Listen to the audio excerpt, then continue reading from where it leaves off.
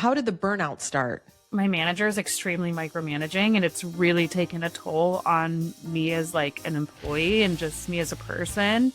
I'm actually currently on FMLA leave from work because I just have been struggling a ton with like my mental health and not performing at my best. So I'm like, do I take a jump into another corporate job and try to like climb the corporate ladder? Or do I just completely pivot and do something else? Can I really take a pay cut at the moment? Or can I just quit my job out of nowhere and pursue this other side thing? Like I'm just really lost.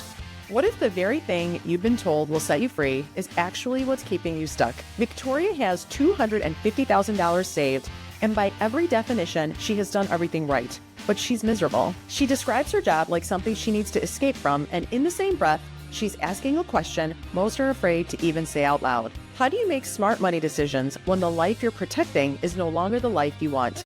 How did the burnout start? I've been in my current job now only 2 years. It's really taken a toll on me as like an employee and just me as a person. Paint that picture for me. Does she want you to work extra hours? What's the ask? So I have zero autonomy in my job because of her. Like we do a daily check-in every morning, and then we do a check-in in the afternoon. And then she'll message me about every hour asking my status on what I'm working on. Oh, Lord. Sometimes Oh, my she'll God. text me at night and while she's on PTO. So like The number one indicator of what makes people happy at work is autonomy. It's not the salary. Have you looked at are there other corporate opportunities? I'm looking. I actually had an interview today. I've have a bunch of calls in the past week. So I'm back in the job market, like looking for another corporate finance job of some sort. And then also pursuing this like side hustle that I'm working on. Oh, wow. We're definitely going to get to the side hustle. Your finances are solid, right? The debt, you have about $30,000 in debt. Is that about right? That's new debt from within maybe the last 3 months, just with paying off wedding expenses. The debt is so not the problem here, but I want to get it out of the way. You have $50,000 at Schwab? 17 million or I wish 17 million. I have 17,000 in a money market account there. I have about 50 or 60 in like a robo advising program through Schwab. And then I have the rest of it is in my like retirement accounts. I don't remember the exact numbers. Okay. Them in a little bit. The retirement accounts, obviously, we're not going to touch, and we don't have to touch. So what's stopping you from paying off your debt with the money that's in your robo-advisor?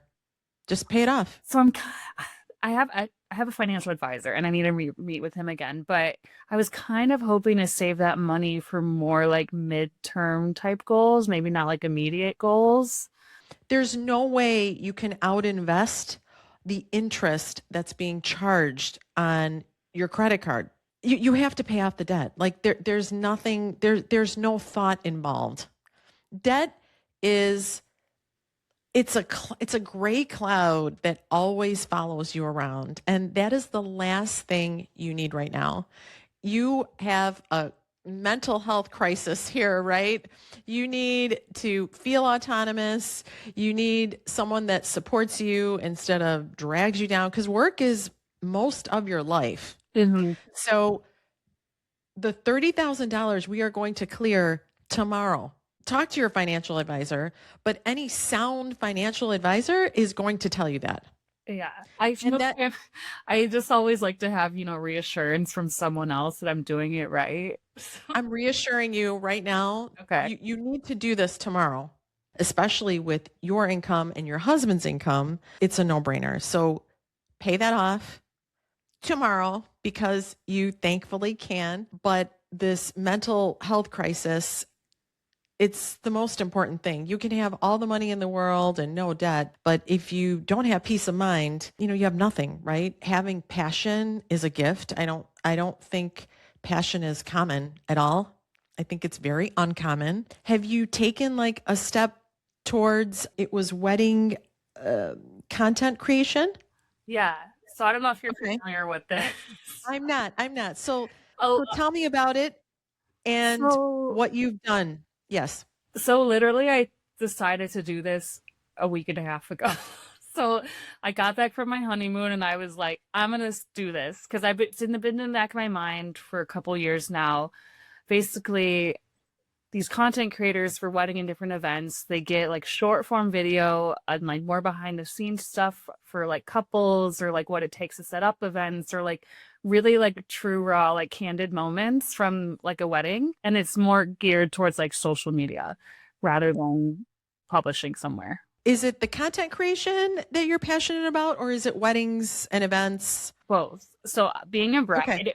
I loved being a bride so much, and I love the wedding industry. I met the most amazing people in my last couple of years being engaged. I have close relationships with a lot of my vendors still, and they're kind of the ones I've been tapping into to like sort of guide me a little bit and maybe like offer some connections or just give me some experience.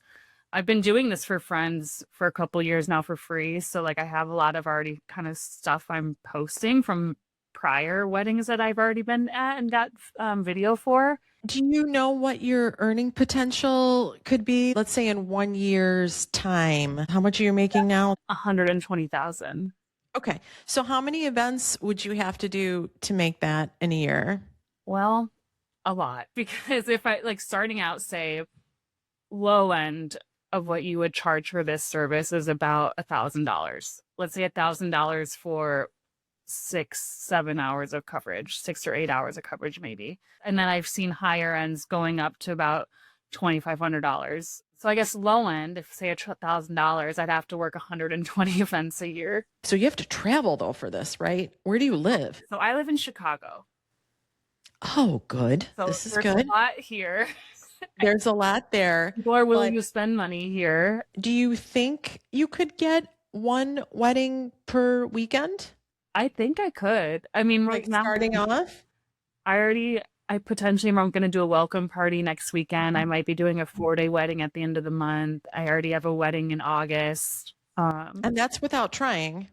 Yeah, I've been able to figure this out within a week and a half. So like, So if we do one wedding per week, that's $4,000 a month, and that's $48,000 a year. If you double that, that gets close to what you're making now. Is your spouse supportive? Have you talked to him about this? we need to dive into this a little bit more. He is very apprehensive about the financial impact of this because he just started a job. Something that's going to help with that decision is data, right? You're a finance person. And without trying, you have these gigs booked. The question really is, if you tried a little harder in order to get more data, in order to get to $120,000 a year, are you going to have the mental wherewithal to stick it out with this lady? No. Like absolutely Okay. not. I'm debating maybe just finding a different job that I can use that I like better, another corporate finance job that still pays decent, and then like pursuing this other business on the side for now. I think to make your life even easier, I wish you could just stay where you're at, I know. because then you could not under her. I'm sorry. Not under her, because I really, in your words, I felt your pain, and to be micromanaged at that level is unbearable. What is wrong with this woman? She needs therapy. That's what I'm saying. Oh my God. What is she afraid of? Nobody likes to be constantly on a leash. That's so 1985. We've come a long way since then. But what I meant by that is not working under her, but it seems like the company pays well. So is there another finance role that you could apply for there at the same company? Sure. I mean, it's a massive company. I would do that. I just to make your life easier. And again, it's going to be a lateral move, and maybe even a vertical move. You never know. Mhm. Only because you could focus then more on your side gig and grow it mindfully, intentionally. But within a year's time, if you freed up some mental space to devote towards your passion, then the numbers will be there, right? You're going to see how you will be able to grow this, if you like it, if it's what you really want to do. And that's hard to determine right now too, because you're a newlywed, you're working for someone who just squashes your spirit, and maybe the passion, it really isn't a passion, it's your out. No, I definitely feel that. I've tried so many random things over the last couple of years, and this is the one thing that I'm really excited about. So I really want to Okay. do it. Okay. So do it. Do it. Theoretically, you can have your full-time job No. and also do this on the weekend, which you're going to do in the beginning. But to free up that mental space, we need to be working with someone that appreciates us, that knows we can get the job done, that knows, hey, I've had years of experience doing this. I don't need to be on a tight leash. And I think the lateral move, along with everything else that you're doing, might expedite it. Do you feel a little better? Yeah, I mean, Do you, I haven't even said a lot of these things out loud before. So even just to bounce some ideas off you has been really helpful and also just like reassuring because I know I have the money. I just sometimes I don't like, like, I don't know. I like to keep it invested, but no, I totally understand what you're saying. Where like the interest rates on these credit cards are going to outweigh any returns they'll be making anyways. So I'm just kind of, I'm wasting money at the end of the day. you're going to forget about it. You're going to be paying what, because they prey on that's their business model. They know you're a busy person. Let me ask you a question though. You said you haven't talked about this. Why is that? I always like to sit and ruminate on like life decisions. I just feel like I don't fully know where I'm going at the moment. And so to sometimes speak out loud what I want to do, like maybe there's a little bit of fear that if I speak something out loud that I'm pursuing and it doesn't work out, then you have to like explain it to people. And like the failure is more like seen, I guess. Like I'm just now starting to tell people about it, but it's still uncomfortable because I've also never known anyone that started a business or like done anything entrepreneurial. So I really feel like I'm going against the norm of like my peers, and it's also a little scary. It's interesting that you say that because I feel like people in engineering, finance, we're very kind of in the box. And being an entrepreneur is the complete opposite. You're flying by the seat of your pants. I would highly recommend you get over that because you will find that, especially people that aren't in finance, right? That aren't in this structured, defined world, most people will support you. Most people will try to send you business. Most people are going to be very positive about it. I know because like I said, I made my account and I did like a little introductory like post about myself and what I'm offering, I guess. And I was like really surprised at like some people that kind of reached out and were like so happy and excited for And me. Yeah. that's how you're going to get business. The more people you tell, the better. Going back to my point about talking to people, do you feel like you can't talk to your husband about this because his job is new and you don't want him to feel stressed out? Are you able to talk to him about it? I think like he works best when I kind of present him my plans and like so he's a software engineer, so he's very analytical, like doesn't not a very risky person, like so I understand. oh yeah. Yeah. So yeah, I just get the feeling like the money is more his priority at the moment over The stability.